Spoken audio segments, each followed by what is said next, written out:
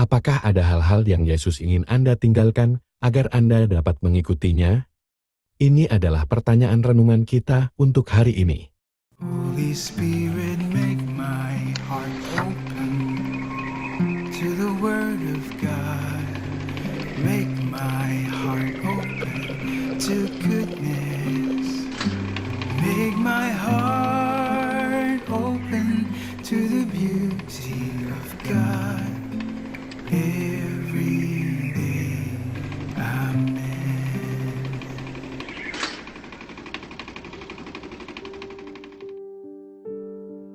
Santo Fransiskus dari Assisi lahir dari keluarga pedagang kaya. Dia menikmati semua yang dia bisa, seperti makanan enak, pakaian, dan barang-barang pribadi yang bagus. Dia dikelilingi oleh teman-temannya yang menyenangi pesta dan berjalan-jalan di kota. Tapi ketika saatnya tiba bagi Fransiskus untuk bertemu dengan Tuhan, dia mulai mengenali ketidaklayakannya di hadapan Tuhan, dan mulai membenci hal-hal yang dia sebelumnya senangi. Dia berusaha menjalani kehidupan yang kudus, menarik diri dari kesenangan duniawinya yang dulu. Dia berdoa sendirian sambil lebih sering bersedekah kepada orang miskin. Suatu hari, Fransiskus lewat di depan gereja San Damiano, dan dia mendengar suara dari dalam gereja yang mengarahkannya untuk masuk dan berdoa. Dia berdiri di hadapan Kristus yang disalibkan, yang tiba-tiba mulai berkata, "Fransiskus, apakah kamu tidak melihat bagaimana hancurnya rumahku ini? Pergi dan bangunlah tempat ini kembali." Pada awalnya, Fransiskus berpikir bahwa permintaan Tuhan itu benar-benar literal dan mengatur pembangunan kembali gereja kecil tersebut. Namun kemudian, dia mulai mengerti bahwa dia akan menjadi pembaharu gereja Katolik yang kudus, memimpin mereka kembali ke jalan yang benar karena sempat salah arah. Kejadian ini sangat mempengaruhi pemahaman Fransiskus tentang panggilannya. Dia diteguhkan kembali suatu hari pada saat misa, ketika dia mendengar dari imam mengenai kata-kata Yesus. Jangan membawa apa-apa dalam perjalanan, jangan membawa tongkat, atau bekal, roti, atau uang, atau 2 helai baju. Setelah mendengar ini, Fransiskus menyadari, inilah yang dengan sepenuh hati ingin saya capai. Ayahnya, Peter dari Bernardon, menantang keputusan putranya untuk mengikuti Kristus. Tidak tahu harus berbuat apa lagi untuk menghalangi Fransiskus dari niatnya. Peter menyerahkannya kepada uskup. Tapi bukannya berbalik arah dari komitmennya kepada Tuhan, Fransiskus melucuti semua pakaian dan uangnya sendiri, meletakkan semuanya di kaki ayahnya sebagai tanda untuk melepas segala keduniawiannya. Peter terheran dan marah, mengambil barang-barang anaknya yang gila, dan pergi tanpa sepatah kata pun.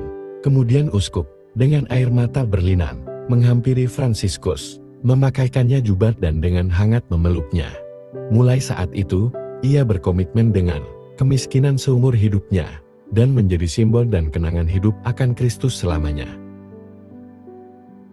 Dalam bacaan Injil hari ini, Yesus memberikan kuasa dan wewenang ilahi kepada para muridnya atas setan dan penyakit, dan mengirim mereka untuk mewartakan kerajaan Tuhan.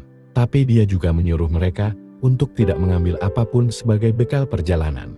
Sebagai bentuk pelepasan mutlak dari segala hal duniawi, dia menyuruh mereka untuk tidak mengandalkan orang lain kecuali Tuhan, karena dia yang akan menyediakan segalanya bagi mereka.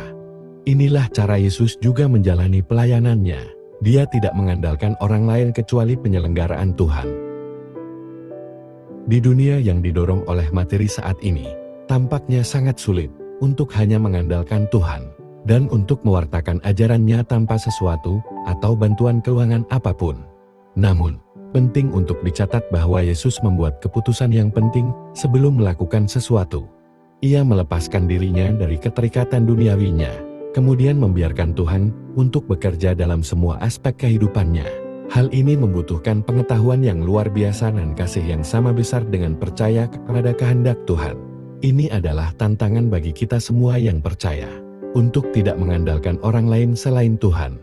Kita tidak mengenali bagaimana Yesus bergerak dalam hidup kita, karena kita tidak sepenuhnya bergantung padanya. Kita tidak akan bisa merasakan keagungan Yesus dalam hidup kita jika kita menolak untuk percaya padanya. Kita perlu memiliki keyakinan yang kuat, agar kita dapat melepas kekhawatiran duniawi kita, dan tidak membiarkan orang lain, selain Tuhan sendiri, untuk memenuhi kebutuhan kita.